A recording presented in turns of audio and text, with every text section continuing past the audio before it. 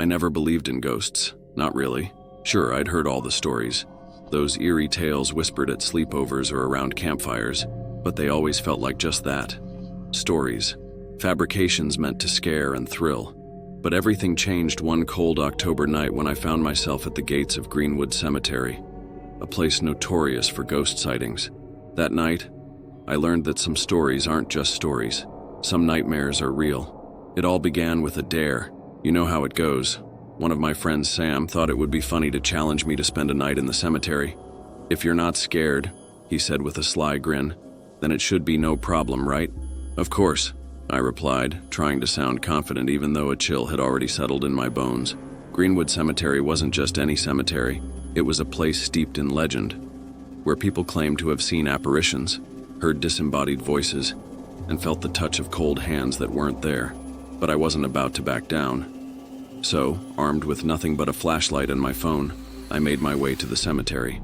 The iron gates creaked as I pushed them open, and the sound echoed into the night almost like a warning.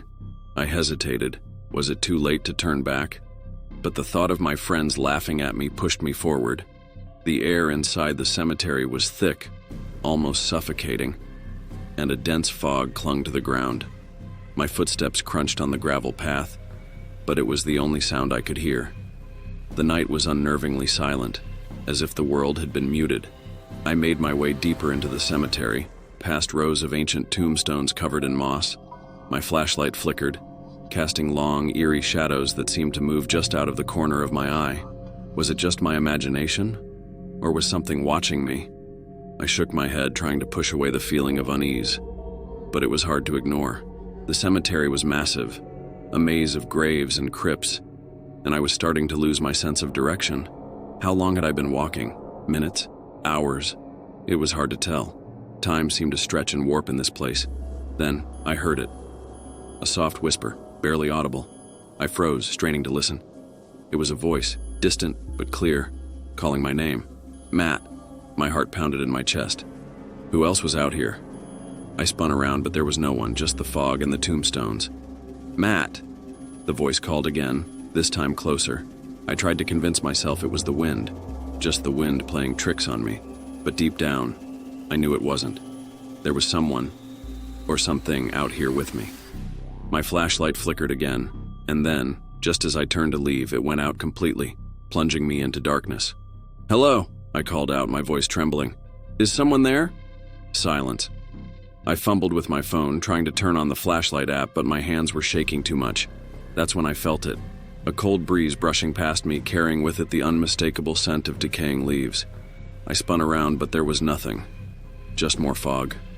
But then, out of the mist, I saw a figure, a dark silhouette standing still among the graves. My breath caught in my throat. It was just a person, I told myself, just another visitor to the cemetery, right? But something was wrong. The figure didn't move, didn't make a sound. And then I noticed something even more terrifying. It wasn't casting a shadow. My heart raced as I stared, unable to look away. "Who are you?" I whispered, but the words barely escaped my lips.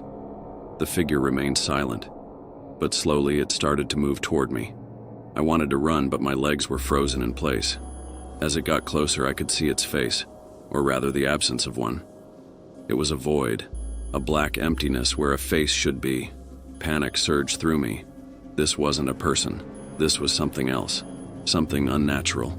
Finally, my legs obeyed, and I turned and ran, sprinting through the cemetery, desperate to find the exit. The fog thickened, wrapping around me like a shroud. The voice returned, louder now, echoing in my ears. "Matt, Matt." I didn't stop until I crashed through the iron gates, gasping for breath. I didn't dare look back. Whatever was in that cemetery, I wanted no part of it. I sprinted all the way home, my mind racing with questions. What had I seen? Could it have been real?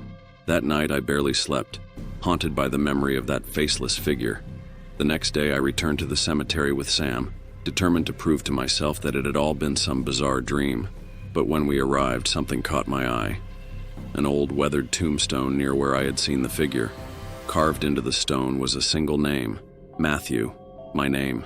Sam laughed it off, saying it was just a coincidence. But I couldn't shake the feeling that it was something more. I left Greenwood Cemetery that day with more questions than answers. But one thing was certain. I would never set foot in that place again. Because some stories aren't just stories. Some nightmares are real.